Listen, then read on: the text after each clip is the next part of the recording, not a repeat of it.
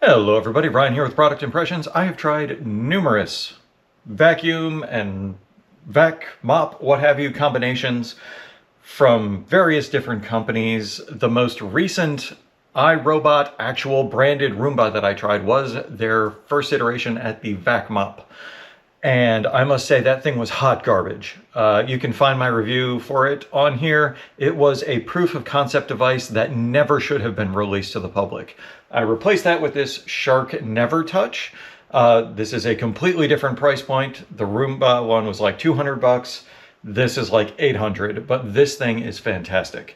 Well, I'm giving all of this as background because today I have the chance, thanks to Best Buy, to try out Roomba's Vac Robot 105. Now, this is like one of the least expensive, if not the least expensive version of their standard vacuum that you can try. So I'm considering moving into a multi-level place, and these things are not exactly good with stairs. So, yeah, we are going to get this thing set up in my current place. There's some carpet, some hardwood. We will see how this works and whether or not this is actually worth your time and money. Here you can see it going around and really taking its time to dig in on the edges here. It is set to its highest cleaning mode.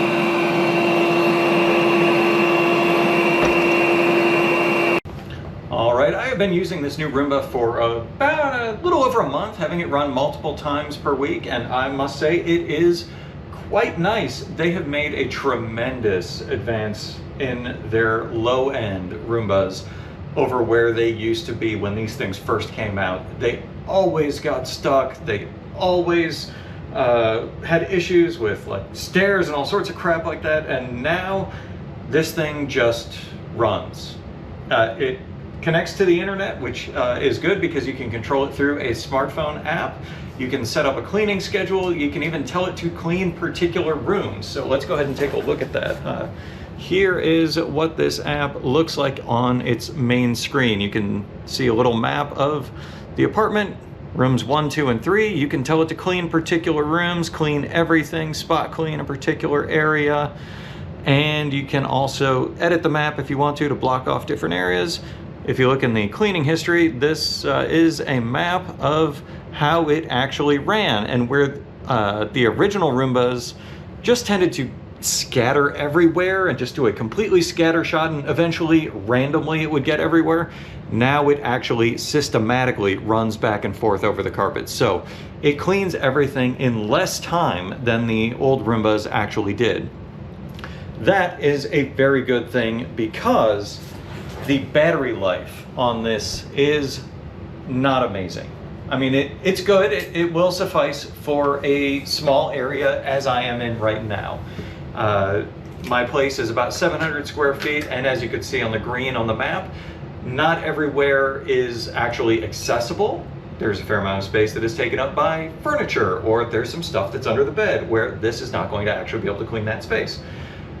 Now, I must say, it takes it about 40 minutes or so to actually run around and clean all the carpets, which is good. It does also have 3 different levels of cleaning that you can put on. There's, light, medium, and heavy cleaning. And I have tried putting it on heavy cleaning and found that that will actually take quite a long time because of the battery life. Like I said, about 40 minutes to run around, and that is on, I believe that was on the medium cleaning setting. On the heavy cleaning setting, it takes a lot more time, takes more passes over everything, and it will actually have to stop, go back, and recharge before it is able to go back around and complete that cleaning of the area. So even in a 700 square foot space where there are significant areas that cannot be reached, this thing is going to take probably a couple of hours to actually get through a full heavy cleaning, just because of running until the battery dies and then coming back to charge up again and then running again. So it is great that it has that. If you're going to schedule that, make sure it's for times that you are actually going to be out of the home for a while so that it's going to have time to run uninterrupted. All right, the little docking station is quite nice here. We can pull this away. the older docking stations, you had to have things lined up perfectly. You can see here, these are significantly wider little charging pads, and it's got the little pads here that it needs to come into contact with. I have never had an issue with this thing actually finding the charger anymore, so that is also very nice. As far as where the dust collects, as per usual with any Roomba, there we are. Got the little canister that comes out the back. Pop it open, dump it out, close it up, and put it back in. Dustbin installed. You may have just heard it say dustbin installed because it just acknowledged that it was put in there. Now this has put some marks on my floor, so that is a little bit frustrating. I'm gonna have to buff these things out the next time that I actually go around and clean. And as you saw in the little bit of footage that I inserted, it does do a pretty good job of getting back into the corners. If you have hard 90-degree angles, it may not actually get in there, but all in all, this thing is very nice. Now in comparison... Charging.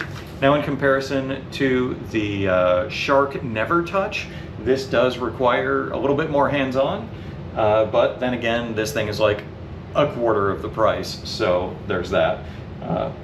You're not getting the mopping function, so this is going to be better if you have an area that is just carpeted rather than the hardwood as well. But you do also have to remember to come in and clean out that dustbin. I did let this thing run a few times before I actually remembered to clean that thing out, just because I'm used to that Never Touch system, which only needs to be emptied out once a month. But yeah, all in all, these things have come a long way. They're not getting stuck on things like if I have a absorbent whatever that's called in the bathroom that you step off on. Bath mat. I have an absorbent stone bath mat. I have had devices get stuck on that in the past just because of how it wedges in between that mat and the toilet. It kind of drops down and can't get out. This one, no problems. Never has gotten stuck there.